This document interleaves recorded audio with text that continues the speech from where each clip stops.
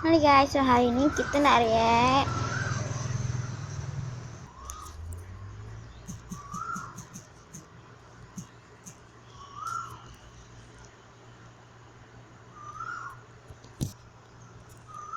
okay nih. Sekejap.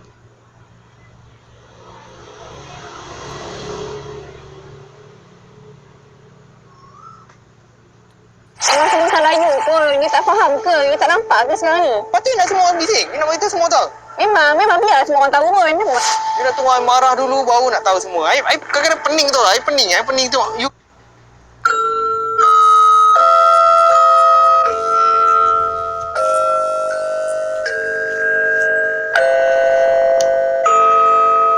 Hi guys, Assalamualaikum warahmatullahi wabarakatuh and welcome back to my channel. Okay guys, Assalamualaikum. So kepada korang yang baru dekat channel ni, nama aku Iqmal Noor. Dan kepada korang yang dah lama dekat channel ni, mesti korang dah kenal aku kan? Okay guys, first of all aku nak ucapkan terima kasih kepada korang yang dah klik video ni, dan kepada korang yang dah subscribe, like, komen dan share kat YouTube channel aku. Dan jangan juga lupa untuk tekan lonceng tong. Sebab kalau korang terlupa nak tekan lonceng kalau aku ada upload video baru, nanti korang akan terlepas. Dan jangan juga lupa untuk follow aku dekat all of my social media platform, dekat Instagram, dekat TikTok, dekat YouTube. Jangan lupa untuk subscribe. Okay guys, kepada korang yang nak menang giveaway Diamonds Mobile Legends, Diamonds Free Fire, UC PUBG, Zemzepeto, Robux ataupun Roblox tu, dan kepada korang yang nak menang kursi gaming lelaki dengan perempuan, macam tu korang just tekan je link yang aku dah pin dekat section komen.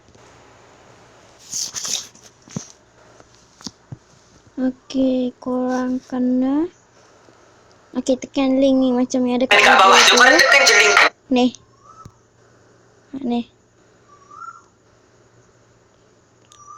Hey guys, please Iqmal minta tolong korang untuk tekan link kat bawah ni, download and korang create account sekali please. Lepas tu nak delete pun tak apa. Cuba tu download, buat account, screenshot, hantar dekat DM Instagram aku sebagai tanda bukti. Semoga ada rezeki korang. Aku tak pernah paksa, tapi kalau korang nak buatlah, mana tahu ada rezeki korang kan. Okay guys, macam korang dah baca dekat thumbnail, macam korang dah baca dekat title juga, hari ni kita akan cakap dan kita akan kembali lagi dalam segmen horror. Okay, so horror kali ni aku tak tahulah seram ke tak macam tu, tapi ni lebih kepada misteri sebenarnya ni.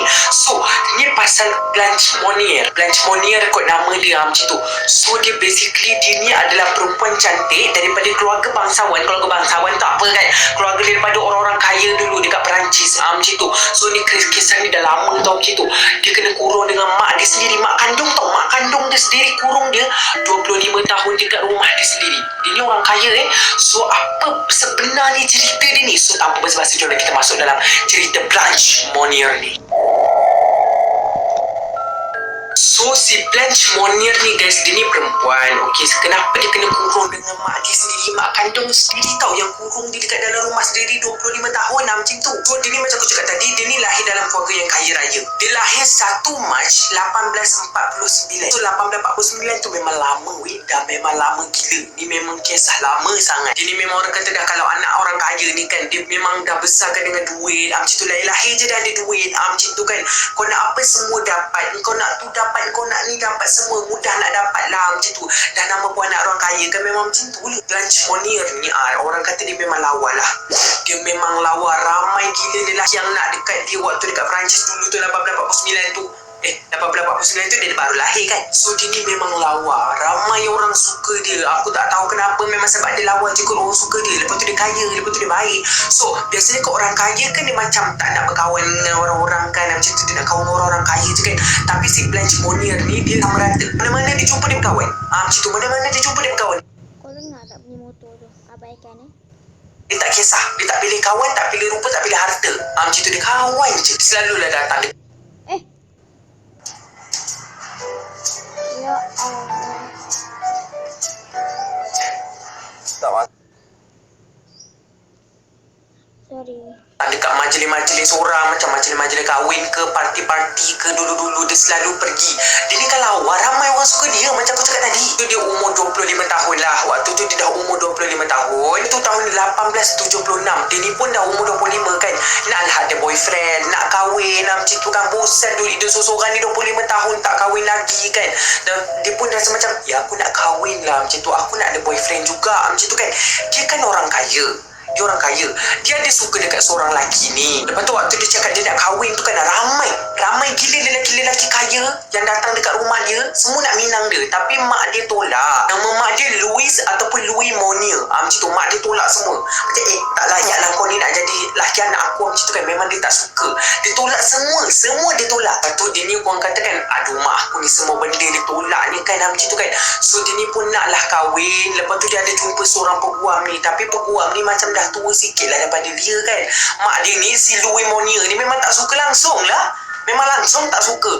Dia lah dia peguam yang macam miskin-miskin macam tu kan. Peguam ada banyak taraf tau macam tu. Ada peguam yang terkenal, ada peguam yang kaya. Tapi yang dikenal ni, peguam tu tak adalah kaya sangat. Dia macam miskin-miskin sikit. Lepas tu dia macam dah tua daripada si Blanche ni. So mak dia ni terang-terang lah tak nak no. Tu dia pun cakap lah kat mama dia, mak, kita suka dia mak. Macam tu nak kahwin dengan dia mak. Tapi mak dia tak bagi.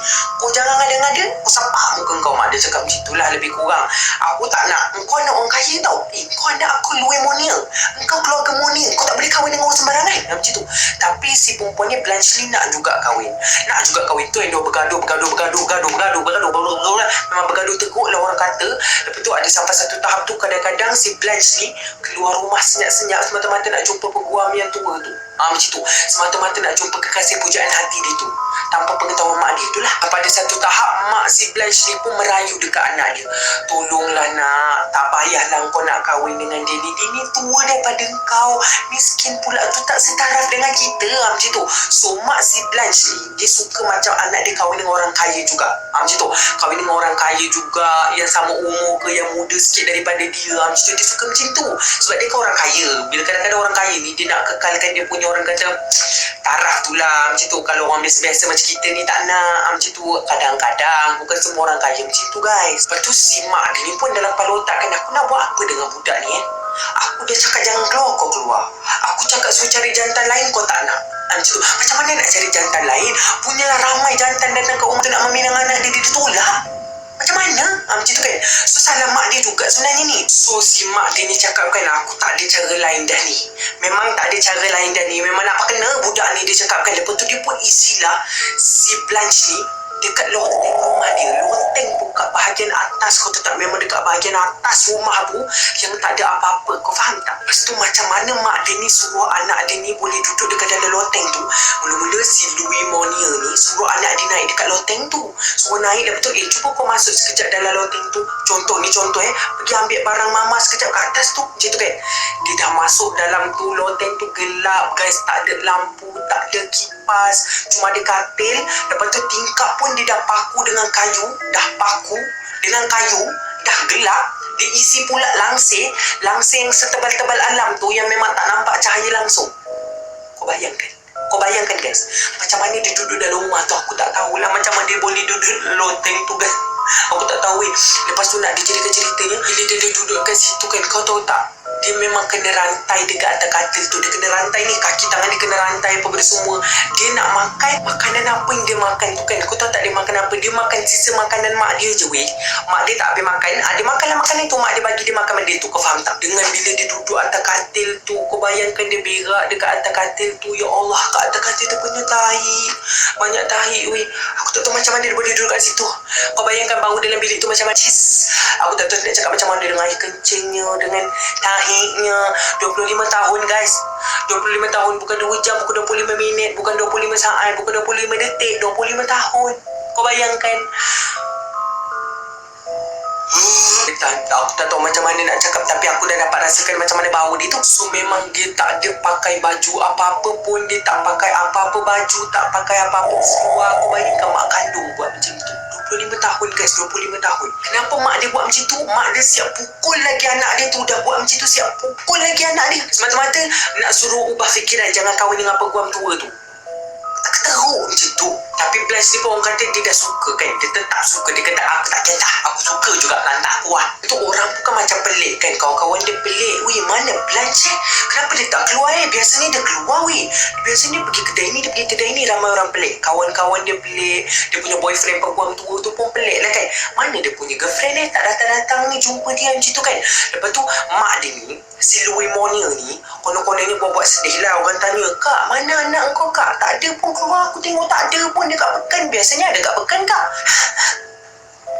Aku tak tahulah. Dia kata, aku hantar dia belajar. Dia kata macam tu, dia hantar anak dia belajar dekat luar negara. Mak dia ni kata, si Louis Monier ni kata dekat orang-orang, dia hantar si Blanche ni belajar dekat United Kingdom. Sebab tu Blanche tu tak ada. Macam tu, padahal dia kurung anak dekat loteng atas tu sampai dengan tarik-tarik sekali kat atas bilik tu. Kan 25 tahun kan. Tak logik lah kalau dia belajar 25 tahun dekat situ. Kau bayangkan, kau faham tak? Mak dia kata bila Blanche ni dah habis belajar, dia nak duduk dekat Scotland. Macam tu, dia nak duduk dekat Scotland. Dia tak nak duduk dekat Perancis dah. Macam tu. So orang-orang pun macam terkabur. Orang cakap macam, oh mungkin betul kot. Macam tu kan, mungkin betul. Anak dia dah habis belajar, anak dia tak nak duduk kat Perancis, duduk Scotland lah tu. Hebatnya. Macam tu lebih kurang. So lepas 9 tahun, boyfriend tua, peguam tua yang tak berapa nak kaya tu pun meninggal. Kau bayangkan, boyfriend dia tunggu dia 9 tahun sampai boyfriend dia tu meninggal. Kau bayangkan, lepas 9 tahun tunggu dia tak datang-datang, meninggal. Orang tua tu nak tunggu ke friend dia tak datang-datang, meninggal guys, meninggal. Kau bayangkan, selama berapa tahun tu kan, tak ada orang pun macam pelik, tak ada orang pun macam sangsi. Faham tak? Tak ada orang pun macam, ya ke dia ni pergi belajar, ya ke? Tak ada. Semua macam percaya cakap si Louis Monier, cakap mak dia tu, semua percaya cakap mak si Blanche tu. Nak dijadikan ceritanya tu, lama kan aku nak tak sebut benda tu. Nak dijadikan ceritanya tu, ada satu kali ni, ada satu hari ni, ada orang ni tak dikenal pasti. Ada orang ni kita tak tahu. Dia hantar surat dekat balai polis, tak silap aku, dekat balai polis dekat Perancis tu. Okey, nama tak ada, tapi dia kata pergilah siasat dekat rumah si Louis Monier tu, sebab dekat situ ada rahsia yang paling besar. Macam tu. Dia ada simpan rahsia besar dekat sana. Betul, polis ni macam, siapa hantar benda ni? So polis pun bawa lah beberapa orang tu pergi dekat rumah agam si Louis Monier. Louis Monier ni rumah dia bukan kecil-kecil, macam tu. Rumah dia besar, macam rumah agam. Rumah banglo kan besar, dia lagi besar daripada rumah banglo. Macam tu. Sebab tu loteng dekat tingkat atas tu, dia boleh isi si Blanche Monier kat atas tu 25 tahun. Lepas tu polis-polis dengan orang-orang tu memang rasa orang yang bagi surat tu pekerja yang duduk dekat rumah Louis Monier tu juga. Macam tu. Rumah tu kan besar, jadi pembantu-pembantu rumah dia tu banyak. Macam tu, ramai yang macam tu. So polis memang rasa memang salah seorang daripada pembantu rumah tu sendiri yang bagi surat tu dekat polis untuk siasat. Aku geram lah motor ni.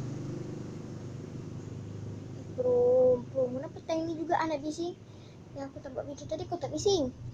Benda ni. Waktu tu 23 Mac 1901, polis pun datang dekat rumah si Monier ni, datang rumah si Mak Monier ni, dekat rumah agam yang besar tu, konon-konon nak buat siasatan lah macam tu kan. Lepas tu bila polis tu dah masuk, yang si Louis Monier ni, kenapa awak masuk rumah saya, ada apa? Macam tu kan, rumah orang kaya macam tu kan.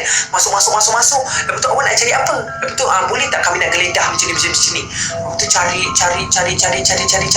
Bila dia sampai semua dah cari tu, tak ada. Tak jumpa apa-apa. Tapi bila salah seorang anggota polis ni, dia bawa benda busuk tau. Dia bawa benda macam bau tai macam tu kan.